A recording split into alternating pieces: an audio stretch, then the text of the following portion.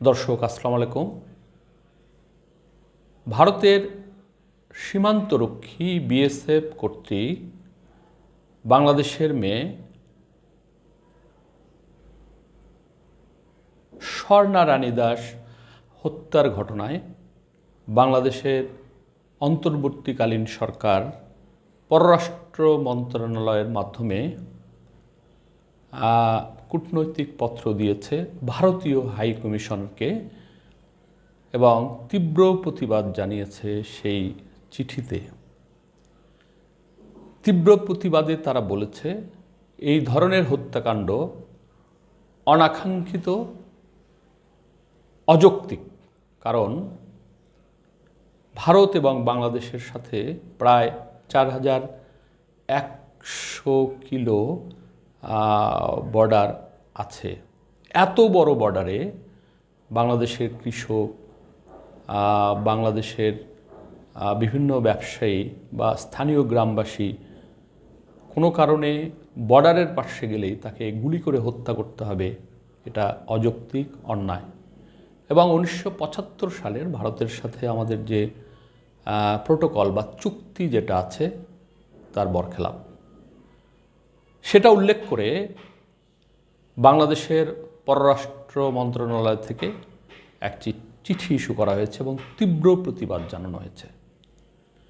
এই ঘটনায় আমাদেরকে মনে করিয়ে দেয় 2011 সালে 7 জানুয়ারিতে ফেলানীর মৃত্যুর ঘটনা।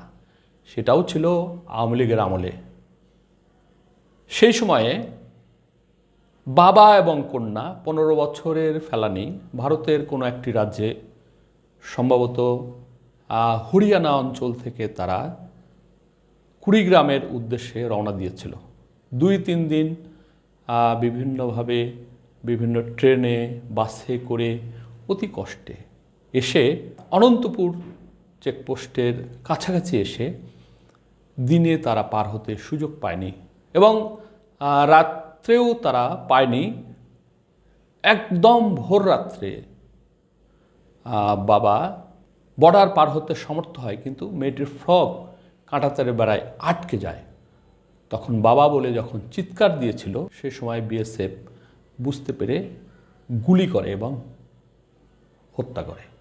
এই ঘটনায় বাংলাদেশের মানুষের মধ্যে, সারা পৃথিবীতে যারা বসবাস করে, উদ্বেগ, উৎকণ্ঠা এবং মর্ম বেদনার জন্ম দিয়েছিল। ফলে তীব্র প্রতিবাদের ফলে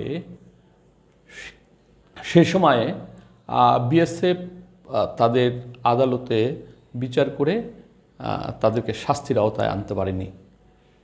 পরবর্তীতে ভারতের আদালত, সুপ্রিম কোর্ট, সেটা বিচার কার্য পরিচালনা করে, কিন্তু সেটাতে কোনো ফলাফল আসে না। কিন্তু বাংলাদেশ সরকার এই ঘটনার প্রতিবাদ জানিয়েছে, তীব্র প্রতিবাদ জানিয়েছে, আমরা সেটা লক্ষ্য করিনি। কিন্তু বর্তমানে এই সরকার, অন্তর্বর্তীকালীন সরকার, সেটা করেছে।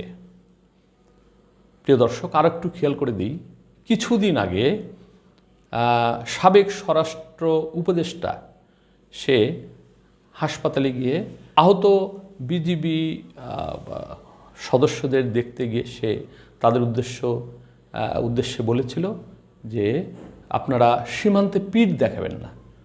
ফলে আমরা সেদিনই বুঝতে পেরেছিলাম যে ভারত কোনো অন্যায় করলে বা ভারত যদি সীমান্তে কোনো হত্যাকাণ্ড করে, তাহলে সাথে সাথে তার প্রতিবাদ করবে বর্তমান সরকার, করেছে। অথচ দেখুন 2023 সালে প্রায় 31 জন বাংলাদেশিকে গুলি করে হত্যা করেছে, নির্যাতন করে হত্যা করেছে, কিন্তু তার কোনো প্রতিবাদ আমরা করতে পারিনি।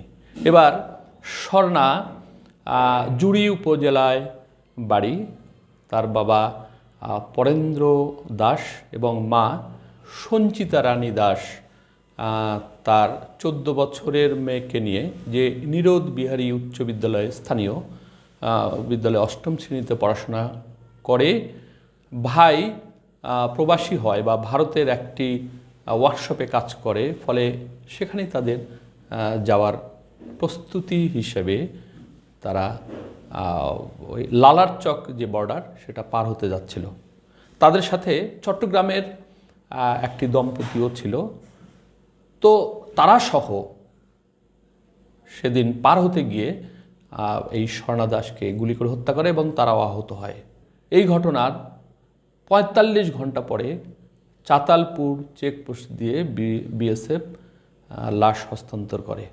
এরকম অনাকাঙ্ক্ষিত ঘটনা আর যাতে না ঘটে, এবং ঘটলেও শুধুমাত্র কূটনৈতিক পত্র প্রেরণ করে প্রতিবাদ করলে হবে না, এর আরও অন্য কোনো পদ্ধতি আমাদের আবিষ্কার করতে হবে এবং পৃথিবীর অন্যান্য রাষ্ট্রের কাছে এই আবেদন করতে হবে যে ভারত আন্তর্জাতিক আইন মানছে না এবং তার জন্য আন্তর্জাতিক পরিসরে তার বিচার চাইতে হবে, এটা মোকাবেলা করতে হবে।